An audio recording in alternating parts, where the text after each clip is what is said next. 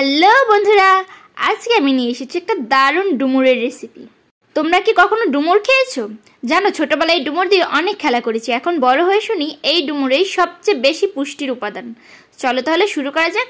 ফার্স্টে আমি একটা পানি নিয়ে নিয়েছি, ওতে দিয়ে দিলাম একটু হলুদ আর একটুখানি লবণ। এখন আমি ডুমুরগুলোকে কেটে কেটে এই হলুদ আর এই লবণ পানিতে রাখবো।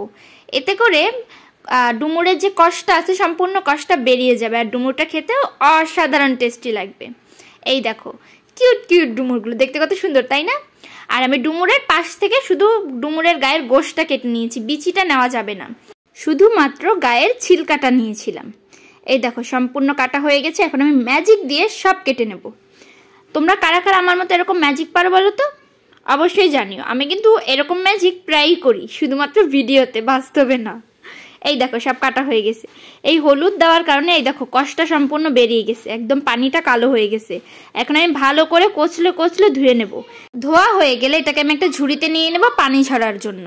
তোমরা কারা কারা ডুমুর খেয়েছো বা ডুমুর খেতে পছন্দ করো বা ডুমুর ফার্স্ট টাইম ট্রাই করেছো অবশ্যই জানিও। এটা আমার ফার্স্ট টাইম ট্রাই ছিল, অবশ্যই অনেক ভালো লেগেছে। নেক্সটেও খাওয়ার চেষ্টা করব। ধোয়া হয়ে গেলে এখন আমি এটা একটুখানি পানি দিয়ে সামান্য একটু হলুদ আর লবণ দিয়ে সেদ্ধ দিয়ে দেবো।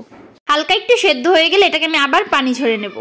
এটা খেতে যতটা মজা, প্রসেসিং একটু কষ্টের, কিন্তু রান্না খুবই ইজি। চলো তাহলে রান্নায় যাওয়া যাক। ফার্স্টে আমি কড়াইতে দিয়ে দেবো পেঁয়াজ, কাঁচামরিচ, এলাচি আর চিংড়ি মাছ দিয়ে আমি ভালো করে ভেজে নেব। আমি এটাকে অতিরিক্ত কড়া করে ভাজিনি, সামান্য হালকা করে ভেজে নিয়েছিলাম। ভাজা হয়ে গেলে এর ভিতরে আমি দিয়ে দেবো একটুখানি রসুন বাটা, একটুখানি আদা বাটা। আদা বাটাটা অপশনাল, তোমরা চাইলে দিতেও পারো নাও দিতে পারো, কিন্তু আদা বাটা দিলে স্বাদটা একটু ভালো আসে, গ্রানটা একটু ভালো হয়। তারপর আমি এর ভিতরে দিয়ে দেবো হলুদের গুঁড়ো, মরিচের গুঁড়ো, স্বাদ মতো লবণ। তারপরে দিয়ে দেবো সামান্য একটু পানি, দিয়ে মশলাটা আমি ভালো করে কষাবো। আমি তোমাদের সবসময় বলি, মশলা কষানো যত ভালো হবে রান্নাটাও তত স্বাদ হবে। ভালো করে মশলাটা কষানো হয়ে গেলে আমি এর ভিতরে দিয়ে দেবো একটুখানি আলু। আমার মনে হয়েছে আলুটা দিলে একটু স্বাদ ভালো হবে, তাই আমি আলুটা দিয়েছি। সত্যিই খেতে খুবই মজা ছিল। তোমরা চাইলে আলুটা দিতেও পারো নাও দিতে পারো। তারপরে আলু দিয়ে হালকা একটু নাড়াচাড়া করে তারপরে এর ভিতরে দিয়ে দেবো আমার সেই বিখ্যাত ডুমুর, যেটা খেতে অসাধারণ মজাদার। দেখো ডুমুরের কালারটা কতটা সুন্দর এসেছে। আর এখন আমি এটাকে ভালো করে কষাবো এই আলুর সাথে, একদম ঢেকে ঢেকে ভালো করে কষিয়ে নেব। কষানো হয়ে গেলে এর ভিতরে আমি দিয়ে দেবো সামান্য একটু পানি। আমি এখানে বেশি পানি দিইনি, কারণ কষানোর কারণে আমার ডুমুর অর্ধেকের বেশি সিদ্ধ হয়ে গেছে। হালকা একটু পানি দিয়ে আর একটু ঢেকে ঢেকে রান্না করে নেব। ব্যাস, আমার ডুমুর রান্না হয়ে গেছে। তারপর আমি জিরার গুঁড়ি দিয়ে নামিয়ে নেব। দেখলে কত ইজি।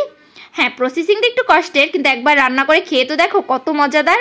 এই দেখো ফাইনাল লুক, দেখো দেখতে কতটা সুন্দর হয়েছে। তোমরা এখন দেখতে থাকো, আমি এখন খাই। দেখা হবে আবার নতুন কোনো ভিডিও নিয়ে। আল্লাহ হাফেজ।